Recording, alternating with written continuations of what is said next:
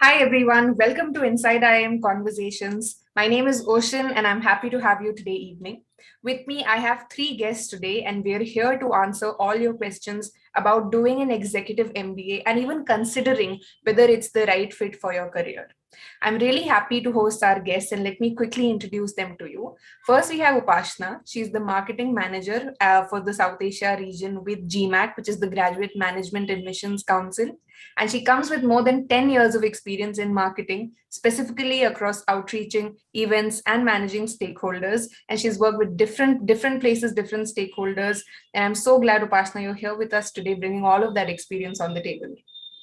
Hi, Oshin. Very happy to be here and very excited today. Thank you so much. Thank you so much. Next, we have Professor Pawar.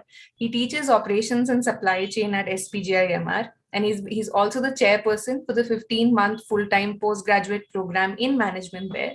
He's done his MBA from IIM Lucknow, BTech from IIT Roorkee. So he's the person that you usually go to for advice. We have him here today. He's also had a corporate career spanning nearly 20 years in the field of supply chain, manufacturing, service, and business development. And he's worked with a lot of different corporations in this time. Really happy to have you, Professor. Thanks, glad to be here. Finally, we have Professor Iyer. She is the Assistant Professor of Accounting and Finance at MDI Gurgaon, and she also leads the Institute's Executive Graduate Program. She holds a fellowship in finance from IIM Bangalore. She did her master's in business economics from the University of Delhi. So again, another person that you typically go for advice to. She's also had an over 10 years academic career and teaching experience and 11 plus years in the industry. She's worked with Infosys. Yes. So we have great people here in short today. Professor Iyer, thank you so much for joining us today. Thanks for having me here, Oshin. To the viewers, really excited to start this conversation. We have received a lot of questions that you asked us. And so just to let you know, we'll take them up towards the last half an hour of the conversation. We'll take your specific questions. Meanwhile, if you're viewing this and you're on live chat, please feel free to shoot your questions. We'll take them up sequentially again towards the last half an hour of the conversation.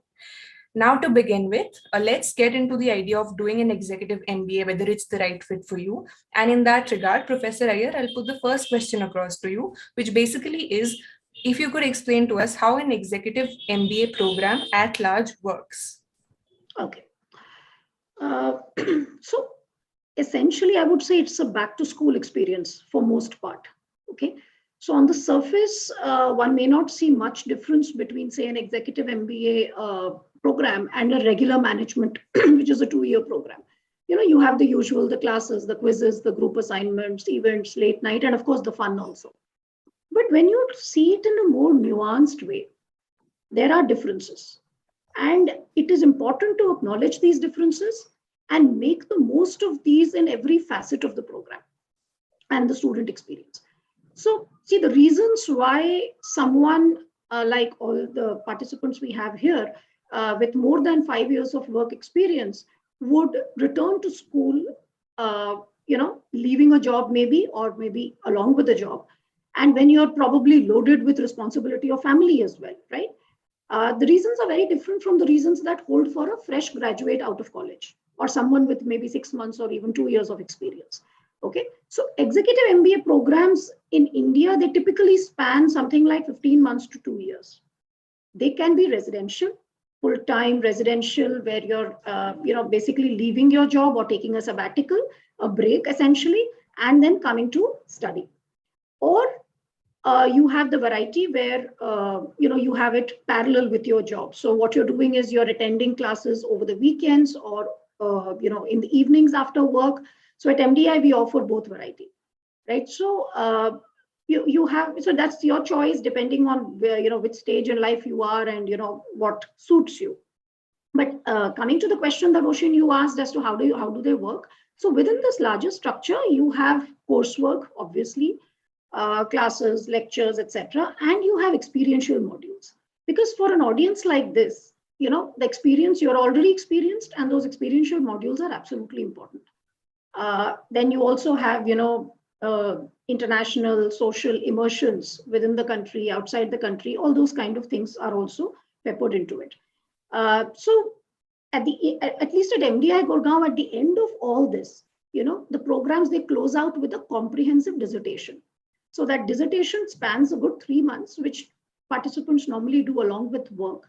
So that is like kind of, taking into all your learnings, taking all your learnings over the last 15 months or 2 years and putting it into a life situation and really bringing out something very rich. So that's the dissertation.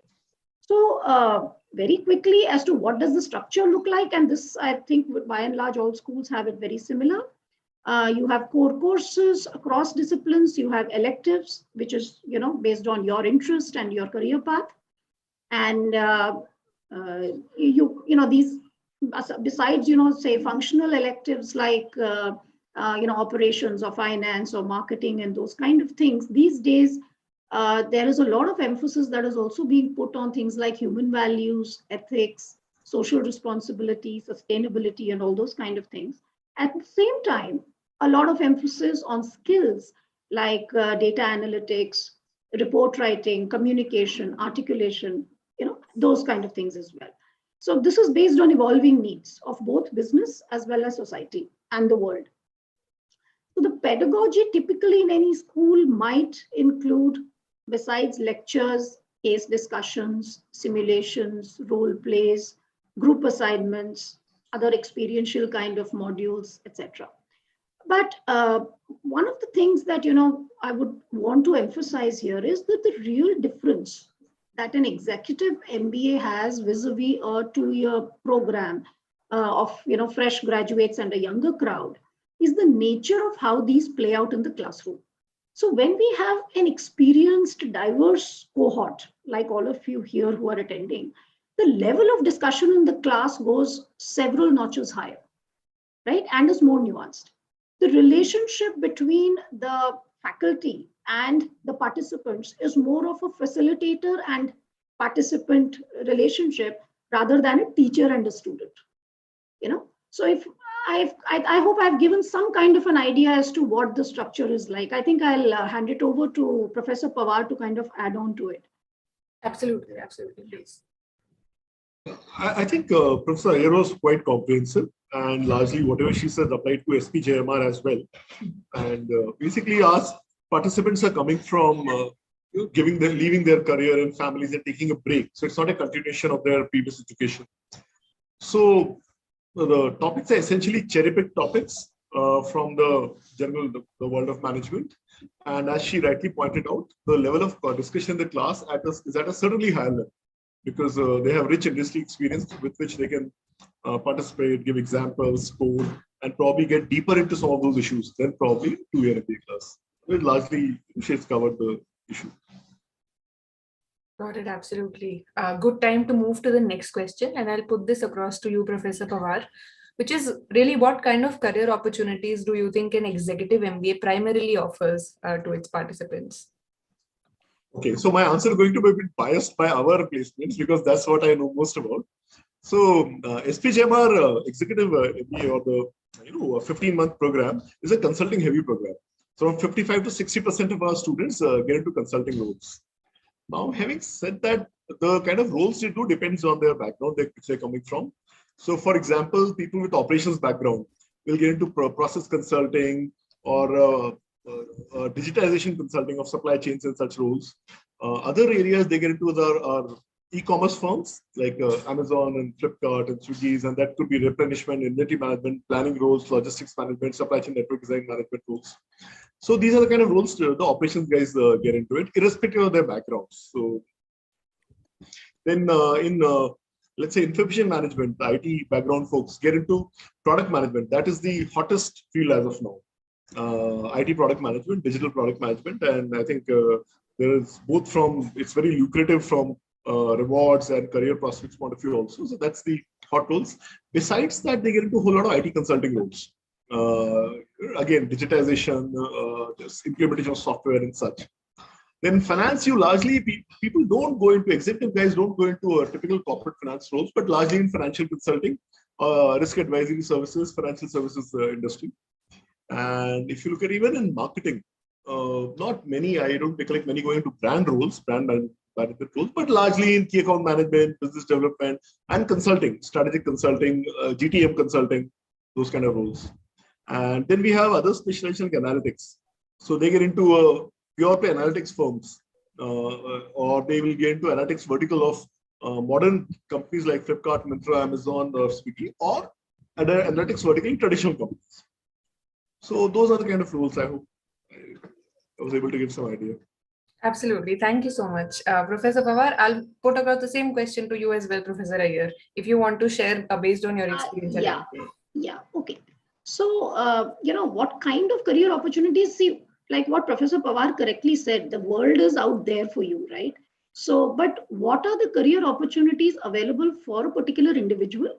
That totally depends upon, where you are today. Okay. So your past experience, unlike again, the 2-year program, where even if somebody has done some 6 months or 1 year in some kind of a role, they pretty much start from scratch. But in your kind of case, when we're talking about an executive program, what your experience has been, how many years you've been in a particular role or roles, what kind of skills you carry, your knowledge, etc., is going to have a bearing on what are the kind of career opportunities available to you. Having said that, I'll offer some unsolicited advice out here, is that, everybody comes in here with some kind of an aspiration. Okay, I want to do something career-wise. Okay, so there is probably something that you are excited about. See, it's not about making a lot of money. Let me be very honest out here. Making a lot of money is not an aspiration. That has to follow. But your career that you are seeing for yourself has to be something that excites you. Why am I saying this? Because you are going to have something like, say, 30 years of career ahead of you after you have probably done this executive MBA, right? So 30 years, you can't be doing something that you are not excited about. And at this stage in life, when you are actually, going back to school and you are going to, set the tone for the rest of your career to follow, you better be very sure, or at least kind of sure as to what you really want to do. Okay.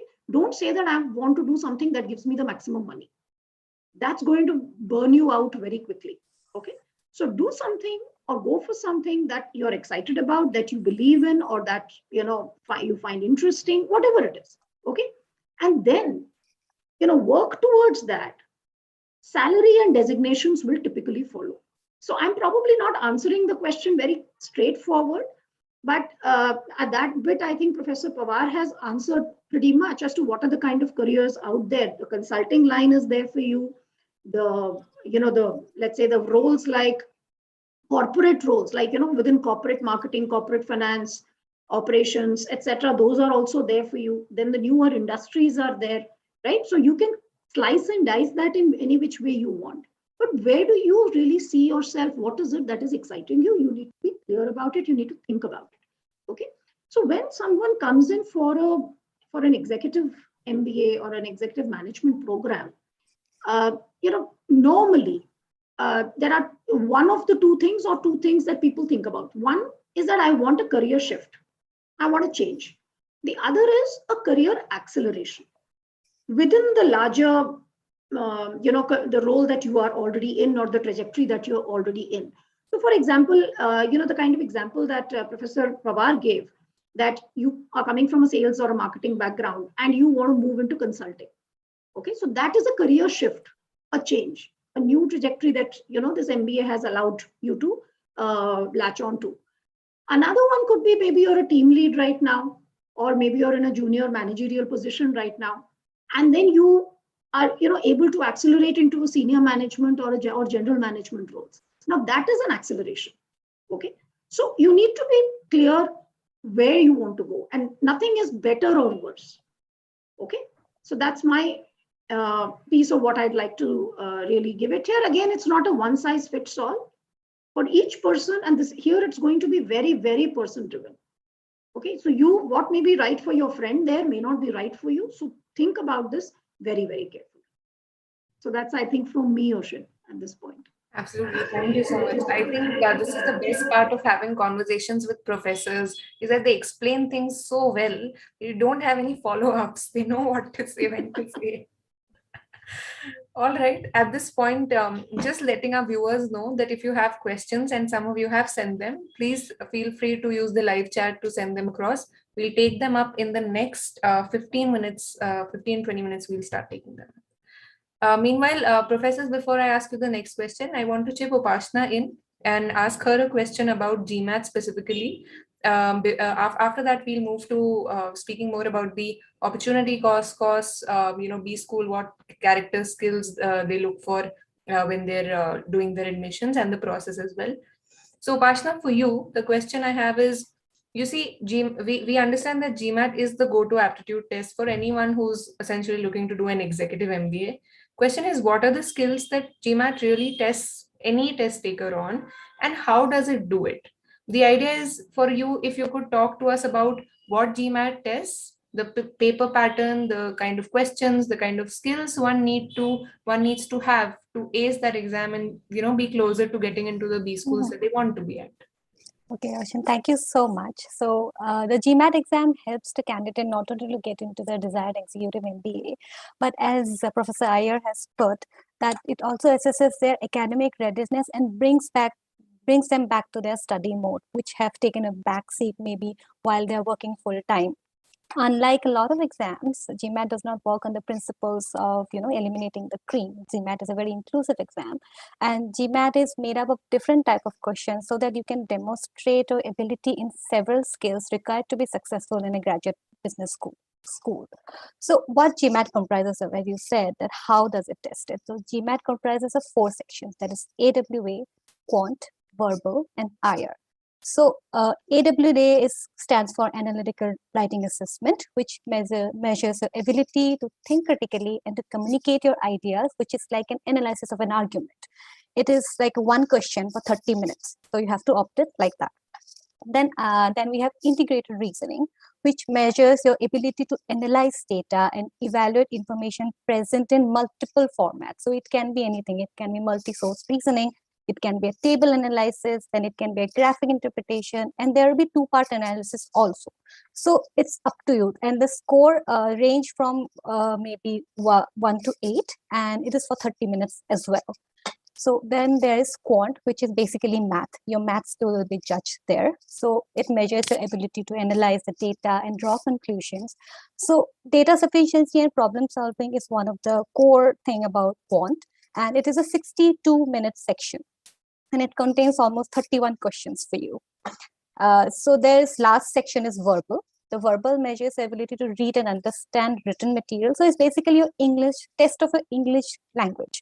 So it's evaluate how correctly you can understand written English, and it includes reading a comprehension, then critical reasoning, then there'll be sentence correction. Your grammars will be tested there, and it will have 65 minutes, and it scores around 6 to 51. So most of the executive program test your quantitative ability, reasoning, reading comprehension, data interpretation. GMAT exam is designed to test all these skills, and broadly I can say GMAT exam measures higher order reasoning skills. So every section is based on reasoning. So and the quantitative and the verbal reasoning of GMAT are computer adaptive, meaning the difficulty of the test tailors itself in real time to your ability level. These features allows the exam to assess your potential and have a higher degree of precision and deliver scores that the business school actually trusts. I hope I'm able to answer your questions. Absolutely. That makes a lot of sense. And actually, so we often get a lot of questions along the lines of what GMAT score should I get so that A, it's a good score, or B, I get into X institution. And now that we have you and we have professors as well, I want to put this question across to you. Is there a range you have in mind, or how do you judge? How do you use the GMAT score to evaluate candidates? And maybe Professor Iyer, if you want to answer that first. See, at MDI, the way it happens is that, the cutoff score, so to speak, is, decided when we get the applications every year. Okay, but if I want to kind of give an idea, for the executive graduate programs, let's talk about 600 or more typically. But having said this, This is not something written in stone at this point, because we'll take a call when we get the applications this year. Right. Got it. Okay, absolutely. And Professor Pawar, how do you approach this? So I think before I answer, so GMAT has been our go-to exam for quite some time now, and I think so earlier we would accept scores of a variety of exams, but I think almost everybody comes to the GMAT score. Having said that, our average GMAT score, I think, is around 660, 670 is what it varies. But the admissions are granted on the overall weighted average score. So there can be somebody. So GMAT for us is a very good proof of academic abilities or reasoning abilities. But somebody gets poor marks in GMAT, let's say somebody gets 600 or 580 or something, but has demonstrated, shown through other measures, like done exceedingly well in graduation and 10th and 12th, 90%, 80%, or got other awards, then we know that this person has the scholastic aptitude, and thereby the person makes it. So I think people shouldn't get disheartened or overly confident by either too high or too low score, because it's always the composite package or the overall feel of the student which allows her to select it. Absolutely.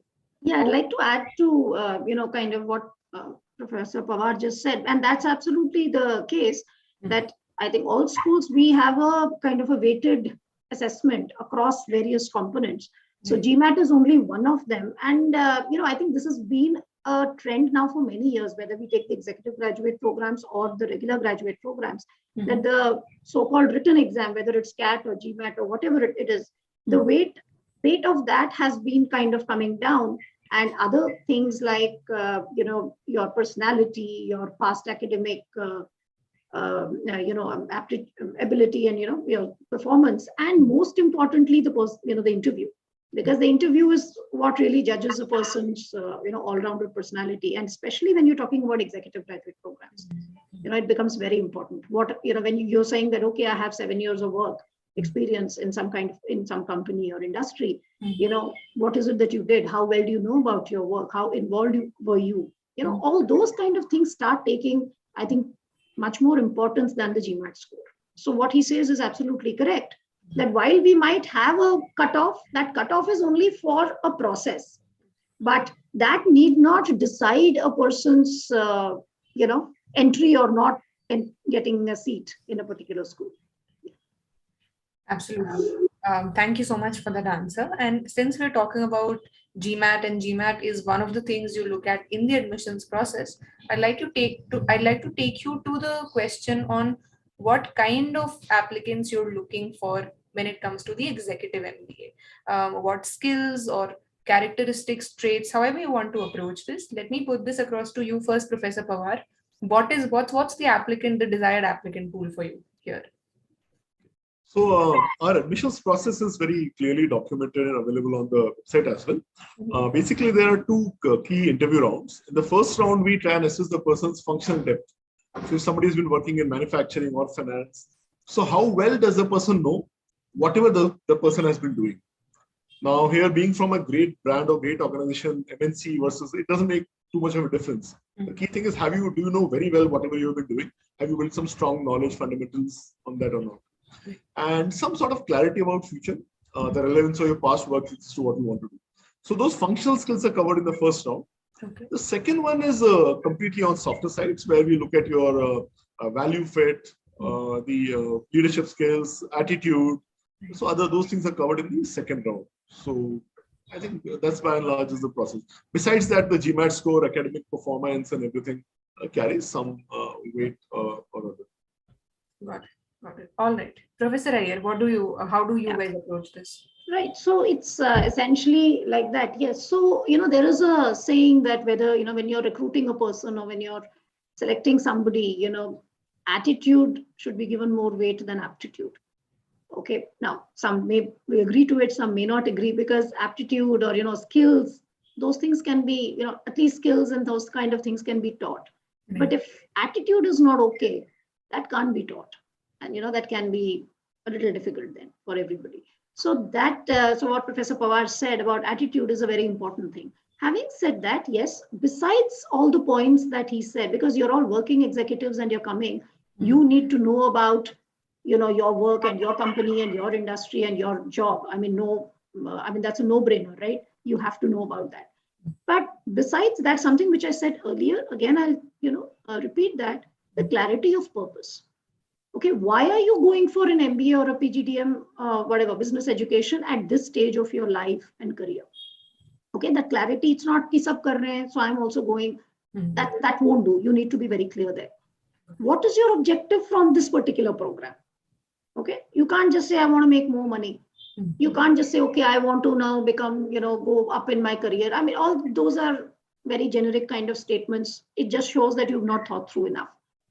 How do you see your career path changing post this program? I mean, do you have some kind of a very clear thought process around it? It's not necessary that might happen, but at least have you thought through that? Okay.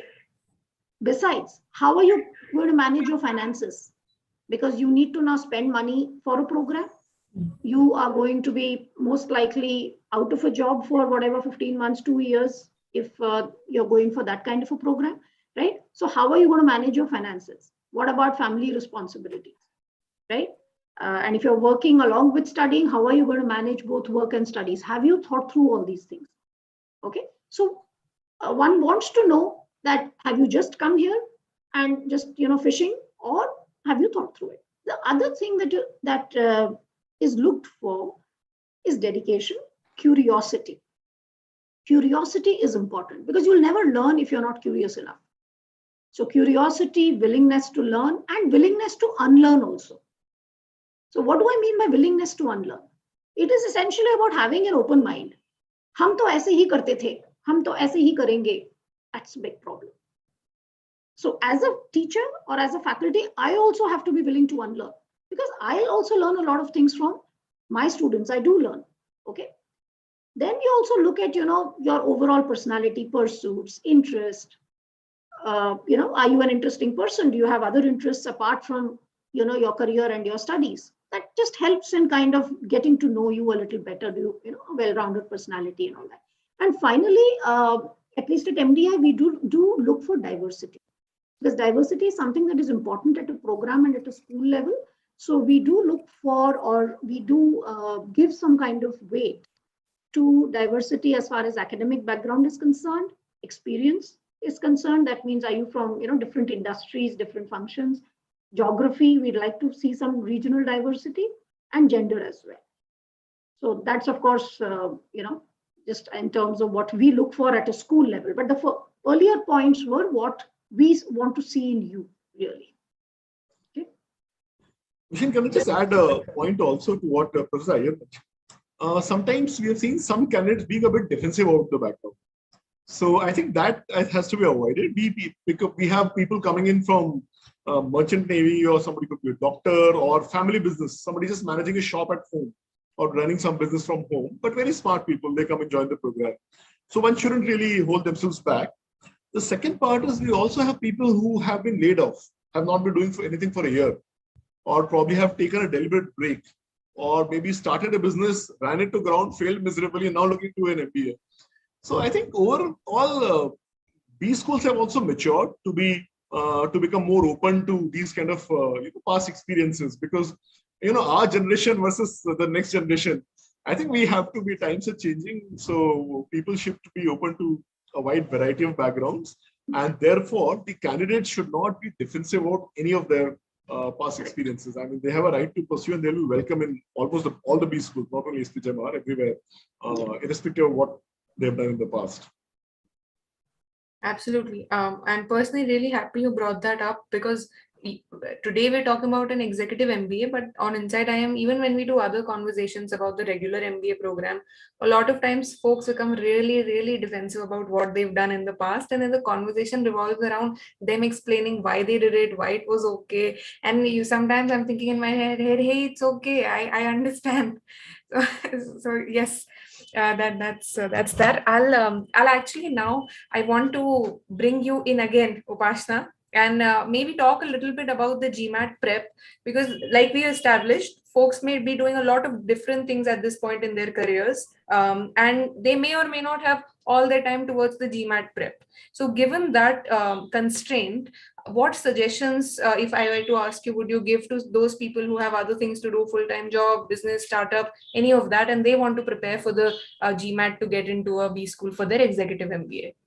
Yeah, I understand. As a working professional, a lot of you might think that how are you going to prepare for GMAT? So it's becomes very difficult to take out some time. So as I told before, that GMAT actually gives you a practice before you actually go to study full time. GMAT will give you a practice to actually start studying. So we have done a research which has shown that if you study for 100 hours spread across 3 months, you will be able to score well in GMAT. So that means if you have like a little over an hour every day for 3 months and you prepare and sit down and actually study for GMAT, that is good enough time for you. And if you can actually make out a little more time than that, and you want to finish your studies within like 2 months, we have an 8-week planner, but that requires a little bit more commitment than an hour per day. But yes, it is very comprehensive. It has week by week means segregation, that for the first week what you're going to do, or the second week what you're going to do. So it's very comprehensive. It's going to help you. And secondly, so some of the study material I can recommend is that start with the official starter kit, which is absolutely free of cost. You have practice set 1 and 2, which is free. Without preparing anything, just appear for practice set 1 and see where you stand, because that way you will understand what are your weaknesses, where do you have to study more, and what are actually are your strengths. So you can go and just do the exam. It is completely authentic GMAT based, because these questions are retired GMAT questions, so which are actually used in GMAT exam. So these are not like mock questions, they're actual questions, and that can give you an actual idea how much you can score. So start with that and then do the question set 2. And if you are thinking you're confident enough that yes, I can start preparing, we have official guide, you can study from there. And then by practice set 3 and 4, 5 and 6, which are actually extensive version of 1 and 2, and then you can start preparing. By the end of it, you will be very confident to actually give the exam.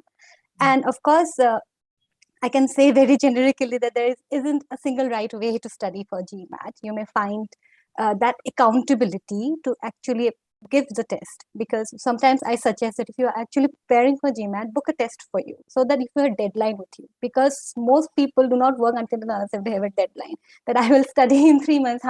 Today I will study a little slowly. So if you have a deadline with you, then you will actually sit down and study every day. And of course, as a student, you as a working professional, you'll get lesser time than a student, and you are out of practice. So yes, I would definitely say have a deadline for you. And a strong GMAT test taker, go into the exam with a can-do attitude, or a positive attitude. I can't do it, cannot help. Means absolutely. I know that some people say that, I haven't done quant for a very long time. I am not comfortable with IR or verbal. So yeah, you have to start doing it. Until unless you start, you would never know. Absolutely. Thanks so much, Upashana. That really sounds very, very simple and doable right now. We go to mba.com, we figure out where we stand, we practice a little bit, and then we plan a preparation according to how much time we have. Yes, definitely. I would recommend everyone, if anybody is actually thinking of giving GMAT, they should definitely visit MBA.com. There are a lot of materials, there are a lot of articles of how to step. In fact, we have a lot of podcasts, which are interviews by the product development team. They are the senior directors who are having interviews talking about GMAT exam. How do you prepare for it? What are the things that you can expect in a GMAT exam? So all these resources are there. So just need to open an account, and even though they do not book a test right now, they can just venture and see a lot of things. And entire GMAT exam format and everything is available. So they will feel much more confident once they go and visit MBA.com. Great. Absolutely. Thanks so much for that, Upashana. That makes it very, very simple to at least start. And then, of course, we have an audience of working professionals. They have the understanding to take it up however they deem fit. Yes, exactly. Just to start for it will help them to go a long way. Absolutely.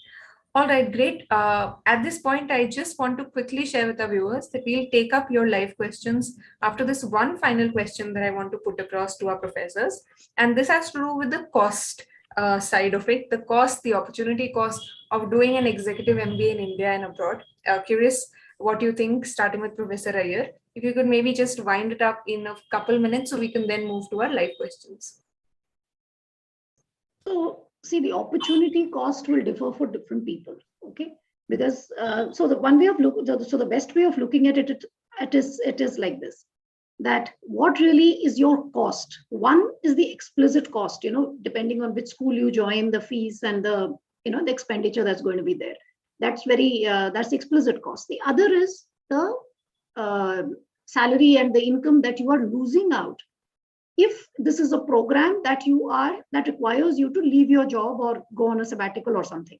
So if you are talking about a program that you can continue alongside your work, then the second component doesn't matter. Then it's only the fees and those costs. But otherwise, there are both these components that you need to look at. So let us assume that you're looking at the full-time residential program.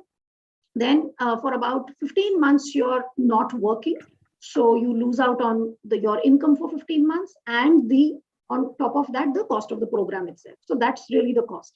Now the question is, okay, so what do I get in return? Now what you get in return is again very, very individual based, right? So it also depends from which, what has been your starting, what was your last drawn pay when you joined this program. Maybe some people were, let's say at, maybe 9-10 lakhs. There may be some people who were at 25 lakhs or maybe even more. So naturally for the person who is at 25 lakhs, the opportunity cost is also higher, right? But it is quite possible that that person was already at such a level that this program is going to take that person to a significantly higher level. Okay, maybe that person will draw now a 50 lakh salary. Okay, so and the other person also might actually go for maybe a significantly greater salary also compared to where that person was earlier. So what you need to really look at is that this is my cost. What am I getting in return? Is again being very clear about where I want to go. What is the kind of company I want to join? What is the kind of position and roles I want to join? What is the likely pay? And what is going to be the increment? It's not that first year itself you might recoup all your investments, but every year you will have some increments. So you will recoup it very quickly. Okay, if you joined a good school, you will recoup it pretty quickly. Okay, so that's something that you need to work out. So, and the other bit is about what Oshin, you were saying, maybe compared to abroad. I think you were also asking. Now, abroad is a completely different ballgame in every respect.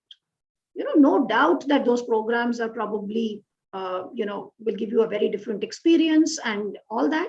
But then you really need to look at the cost and what you can get out of it in a very different light. Because the dollar cost or the euro cost itself is high. On top of that, the rupee exchange, add to it. In rupee terms, the cost is exorbitant. I mean, 1 crore to kahin nahi gaya, it's like that. Okay, now on top of that, you have to, if you're able to get a job there abroad, a good job, which pays you well in dollars, then it's fine. Then you've made it. But let's say visa restrictions, let's say, a lot of activism that's happening in various countries, which is, more favoring the locals and all those kind of things, you need to be very clear and sure as to what your opportunities are. So that's about, I think, from me, Oshin. I've answered that question. Yeah. All right. Thank you so much, Professor Iyer. I'll put the same question to you, Professor Pawar. Okay, so I think I'll answer in two parts. The first part is the cost or the return on investment. That's the word commonly used for whether one should do an MBA or not.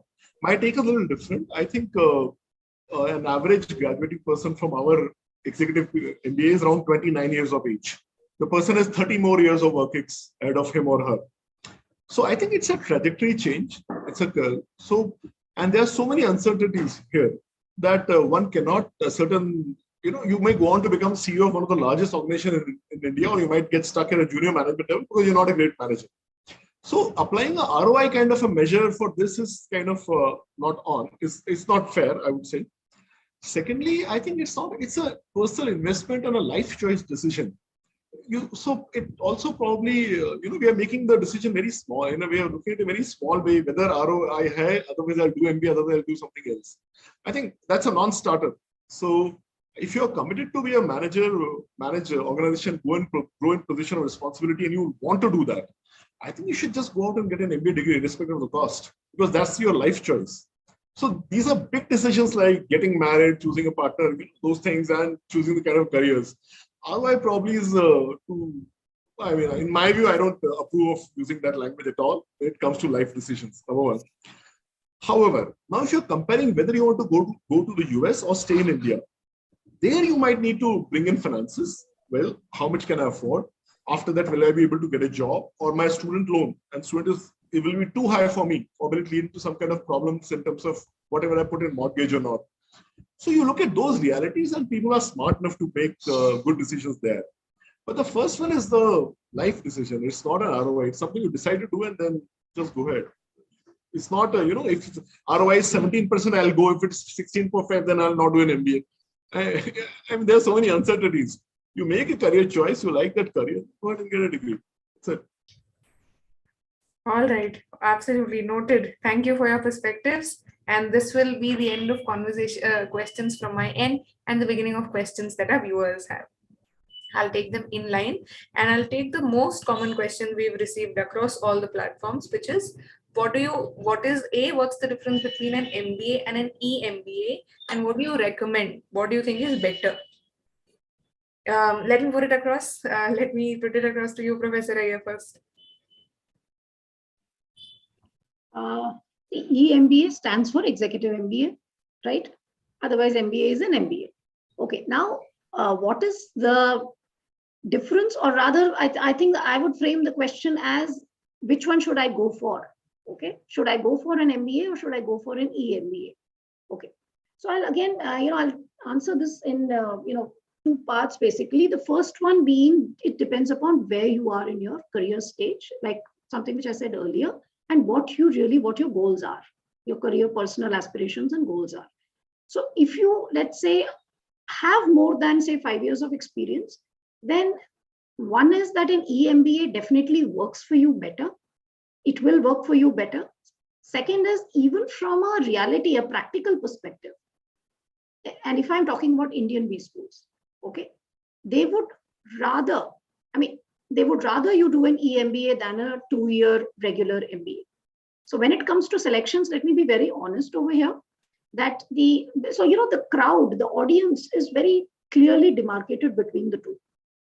So up till let's say about 2 years or so of work experience is fine for the regular MBA. After that, somebody is, I wouldn't want to say too old for it or something, but the fact that you have experience, and especially when you're saying more than 5 years, okay, you will not be able to get the best of that experience if you are in a regular MBA, because the cohort over there is very different. Okay, so for you, an EMBA will be more suitable if you have 5 years or more of experience. Got it, absolutely. Thanks, Professor Iyer. Professor Pawar, do you want to add something, or shall I move to the next one? Just a quick thing. I think EMBA, it's better to use the words of like part-time MBA, which you do along with your work, and a full-time program. Right. And I would agree with whatever Professor Iyer said. I think your life circumstances determine this. Can you leave your home, work, family, and job to do a full-time MBA? If you cannot, there are very good part-time options also available. So I think let it be dictated by the personal situations. Got it. At this point, I'll take a few quick questions, like yes/no questions, or where you state your opinion in short and that'll answer it. And then I'll move to the other questions we've received, which may be slightly longer depending on the profile of the person. So in that respect, first quick question is, someone's asking, hi, can we go for higher education, that is PhD, immediately after we finish our EMBA?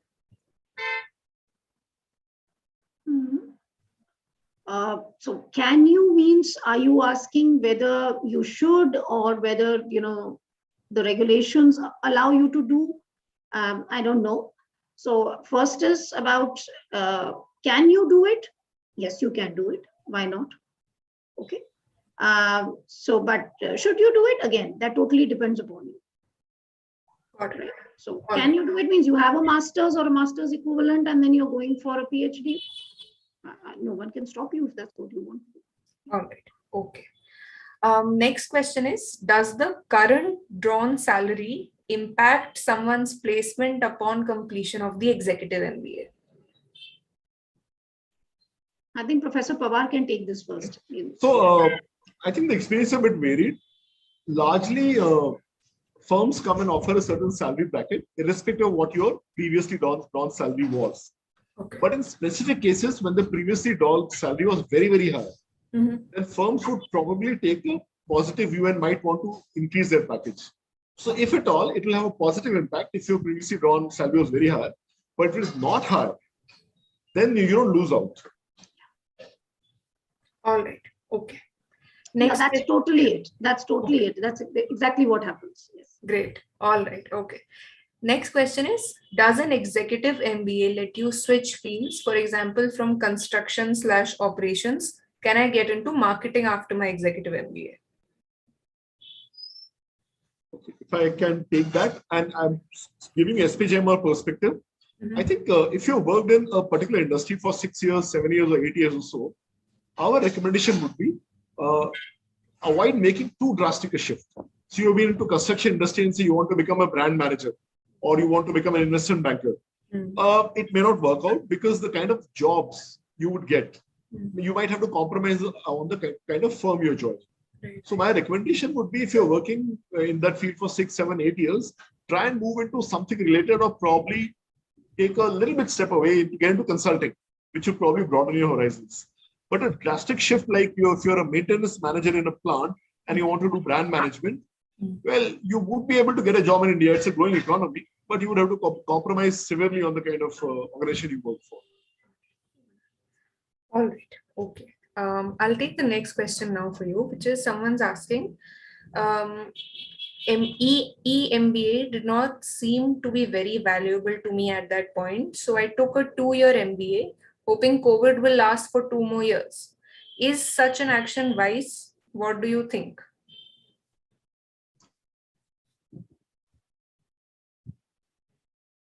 So I think if a person has taken a 2-year MBA course, it's perfectly fine. I would recommend that. In fact, many people asked us because of pandemic, should we do an MBA or not?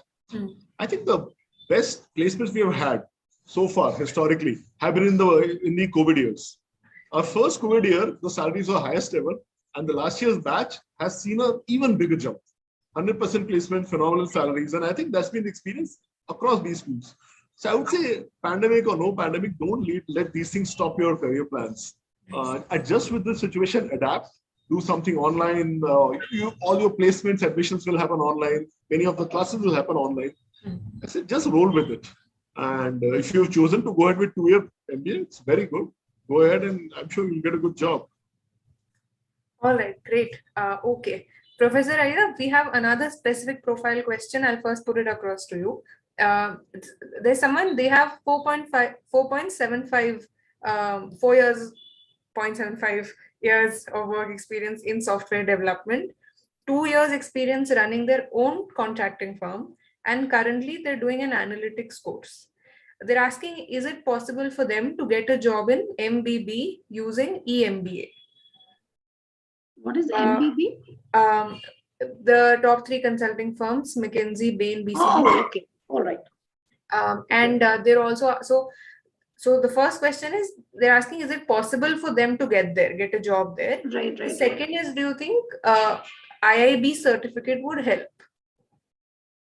I think you've put too many things. This person has put just too many things, because first you're saying that, if I got you correctly, about 4.75 years of software development experience, and then you did something on your own for 2 years, right? Yeah. And then IIB, which is a banking this thing. What is it? IIB, banking something is what you've taken, and now you're looking at MBB.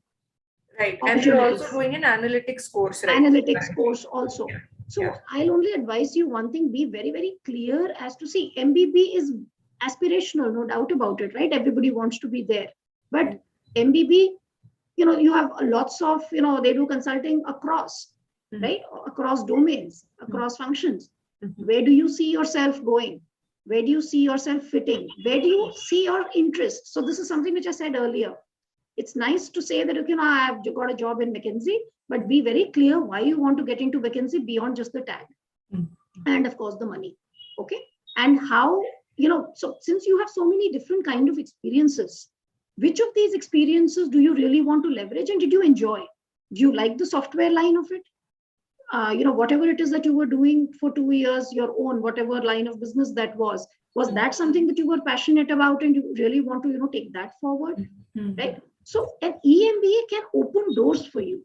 But like what Professor Pawar said, what are those doors that it doesn't open the same doors for everybody, because your past experience matters. How you position yourself and what you want for the future also matters. So it's not like, that guy got a McKinsey job and I did not get. The reasons can be multiple for that. So be very clear as to what really your aspiration is and why, and how you will prepare for it. Okay. And how your past experience and knowledge or whatever can be leveraged for it. So, I think otherwise it's a very, it's not an easy question. Yes, you can get into MBB. I can't answer like that. I don't think that's the kind of question. Professor Pawar. Yeah, Oshin, I want to add one thing. A request to this individual is please avoid getting into a business program with 1 or 2 or 3 companies in mind.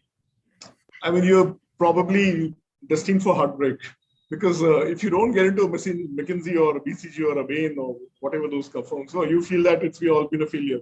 And it's a bigger decision whether you want to go to business, get into business management, and then whether you want to become a consultant. And as long as those, it's as the choices are as broad as that. Within that, you try and work for the best firms which suit your profile, your career aspirations, and you would navigate through probably more than 2 or 3 firms across your career. So probably it's best to keep our aspirations a little broader than choice of 2 or 3 companies. Got it. Okay, I'll take the next question now, and we have this question in many different forms. We've also taken this up already, but just to have you sum up your opinion on this. Someone comes from industry A, wants to go to industry B, and they're very different. Does an executive MBA help? I think it is similar to what Professor Pawar answered a little while ago. That it depends on how different you're looking at it. Like, he gave the example of moving from the construction industry to, becoming an investment banker. Those things are really hard to happen. You don't see those happening very often. Because in an executive MBA, there is one reality we all need to keep in mind, that when the recruiters come to campus, okay, while they are coming to campus because you are doing an EMBA from a particular school, and that school does attract them to that campus, what your background has been and what your experience has been definitely carries weight. So when they select candidates or recruit candidates from a certain school, to a large extent, they are recruiting you for the experience that you have and the knowledge that you have gained in your last work.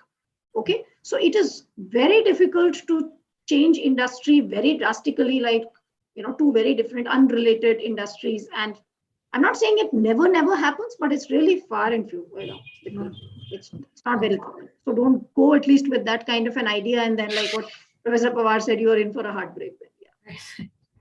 Right. All right. Okay. Great. I'll take up the next question. Again, it's a profile specific question.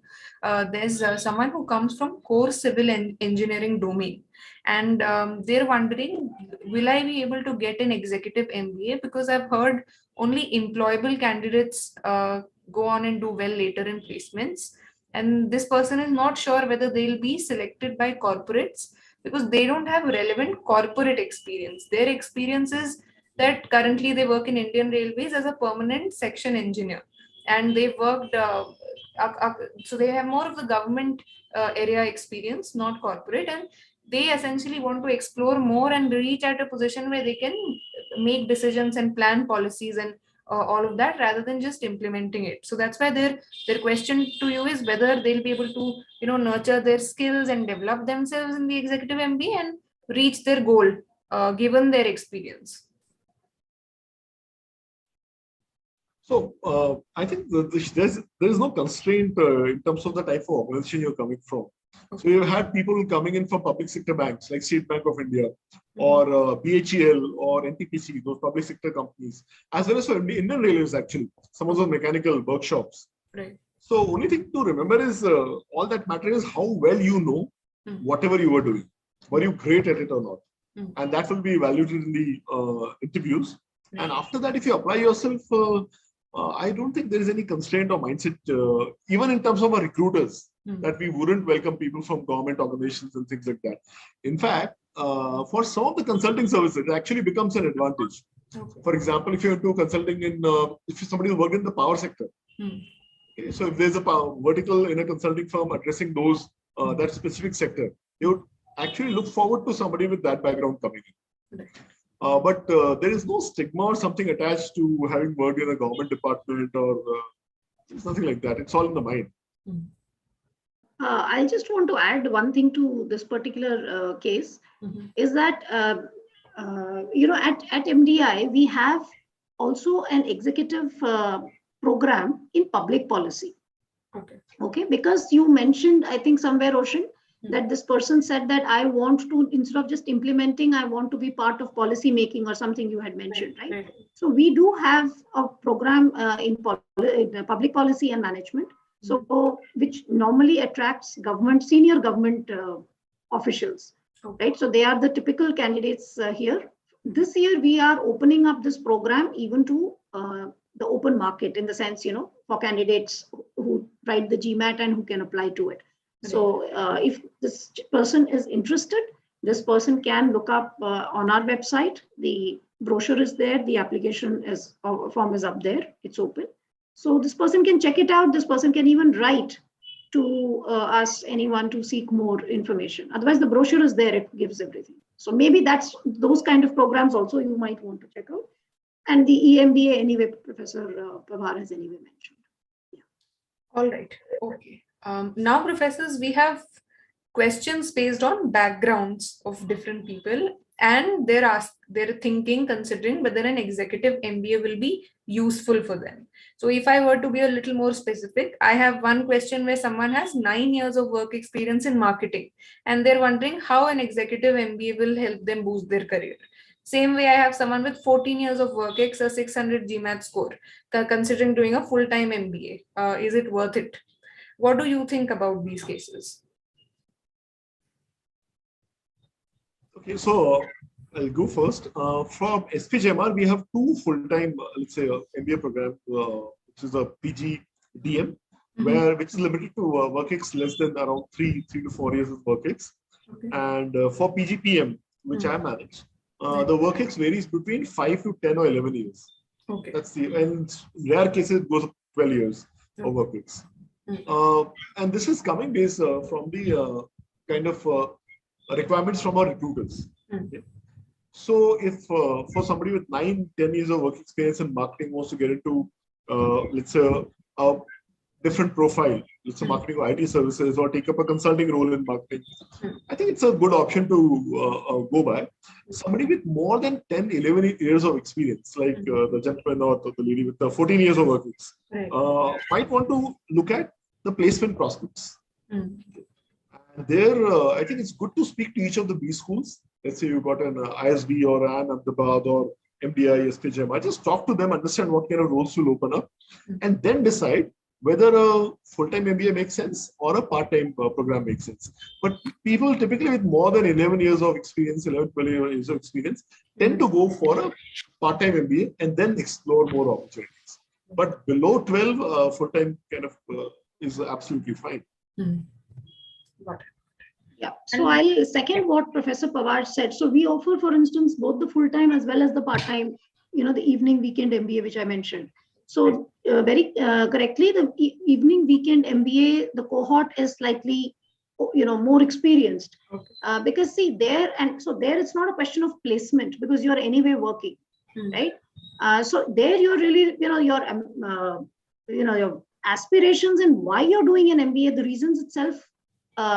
So there is an overlap in terms of cohort, not to say, because for both programs, 5+ is what is the eligibility. But there, the 14 years experienced person might find more value there because, what really are you going to do with an MBA? It is about broadening your horizons. It's about within your company itself or maybe another company, being able to, move out of a very narrow kind of a career trajectory that you have, move to maybe more general management levels and things like that. So it's not from a placement perspective that you're really going there. Right? But for the other person, like what he said, exactly the same. Got it. And in this regard, another common question is I come from a family business that I've run for X years, or I did my own startup for X years, and they're wondering how an EMBA will help them. So if you have thoughts around this, any of you. So we have people coming in from family business backgrounds, as wide as somebody managing a petrol pump to dad's retail showroom and small furniture industry. We have those kind of things. We have had students who have set up their own small family businesses and then decided, okay, this is enough. Now I want to get a degree and get into a corporate role.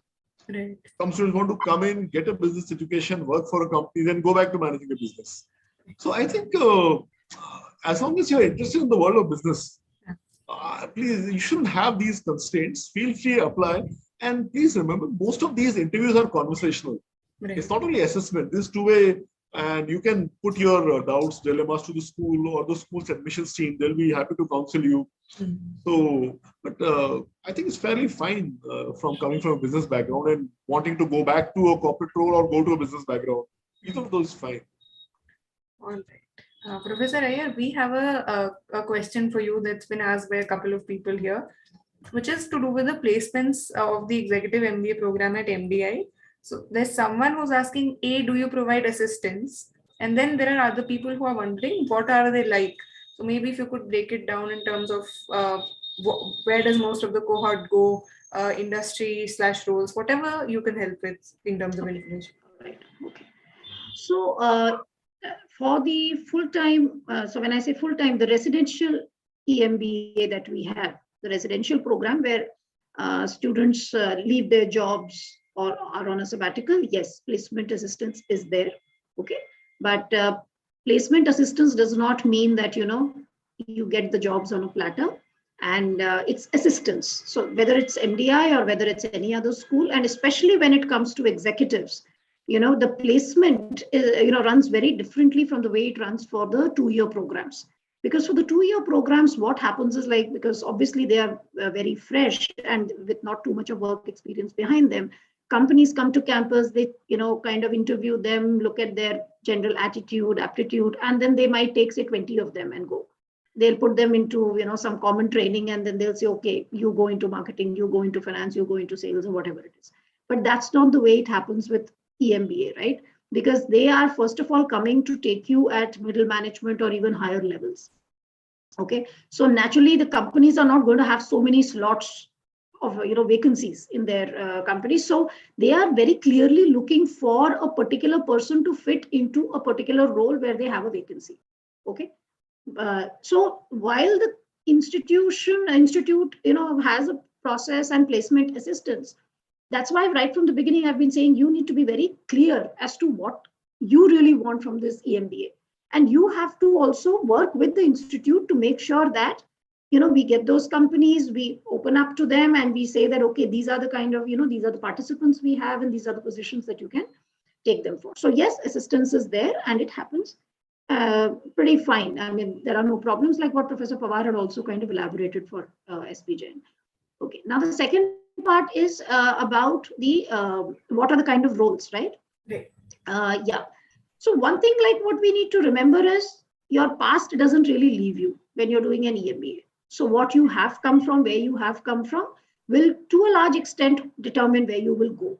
So a lot of roles do tend to be in the IT consulting kind of spaces. But having said that, fin consulting, fintech, those are also some of the areas where, and also we do see non-IT firms also. Okay, but IT consulting seems to be the larger cohort, not 100%, but larger cohort, because that's the kind of background from which many of our participants have been coming of late also. Yeah, what else was the question? I think that's all there was. Yeah. All right, okay. I think I've overwhelmed you enough with questions, not just you, Professor Iyer, I think everybody. And even exhausted our time for today. So I would ask all of you to maybe share a message that you have in mind for anyone who's considering doing an executive MBA, Upashana, for you, anyone considering taking the GMAT, any message you'd like to share with them? In fact, let's start with you, Upashana. Let me chip you in again. Thanks, Oshin. The only message I have is that if you are thinking of preparing for GMAT or giving GMAT, just the only thing that you should start preparing and just explore MBA.com and have a positive attitude. And yeah, that's about it. I just love how simple you make it. Thanks so much for that. Professor Pawar, any message that you would like to leave anyone who's considering doing an executive MBA with? I think it's a great time to go and get a business degree. It doesn't matter from which B school. And in spite of the pandemics, the placements have been fantastic. I think our salaries of the last 2 years are record salaries, 100% placements, and things are going to get better. I mean, the industry is coming back very, very strong. So I think this is the best time to go and get a degree and not really worry about ROIs or other concerns. It's a great time to get a degree. All right, great. Professor Iyer, what do you say? Yeah, so see, going back to school is always great. Okay, so if you have an opportunity, do it. But I'll probably repeat what I said, that be very sure why you want or need why you want a business education, what you want from it. Have some kind of an idea. Don't go blind into it, especially when you're doing an EMBA. Okay, so what you want your career to look like, what will you enjoy? Why do I say this? Because see, this is for the long haul. Okay, so if you're going to do it for 30, 35 years, you better like it. Okay, so have some kind of a clarity as to what you really want to do, and go ahead, enjoy it, enjoy the the learning experience, and go ahead and make some as whatever you're aspiring for. So have some clarity about that, definitely. And because many of you might have families and all that, it is going to mean a lot of adjustment in multiple ways, not just financial, but in multiple ways. So make this a decision, not just your own, but involve your family as well, because they are also investing in this venture. So include them in this decision. That's all my advice would be. Okay. All right. Thank you so much, Professor Iyer. All the best to everyone. Yeah. Absolutely. Thank you so much, Upashana. It was great having you and talking to you. We had a very honest conversation, and I'm so grateful that you shared your views. I think it was very helpful to everyone. But of course, they're the people who can tell us best. So let us know what you think, viewers, in the comments below. If you have questions, specific questions, you could reach out to all of our guests individually. And if you have generic questions about the EMBA or MBA, otherwise, please feel free to either drop in as a comment or write to us on the InsideIIM email. We'll make sure your question gets answered. And good luck for your future decision, for your career, and for all the consideration and pondering that's in store for you. Thank you so much, everyone. Again, thank you so much, Upashana, Professor Iyer, Professor Pawar. Thank you. Thank you so much. It's a pleasure being here and being a part of such an esteemed panel. Thank you so much. Thank you. Thank you. Thanks again. Have a good evening. Thank you. Thank you. Good evening. Bye.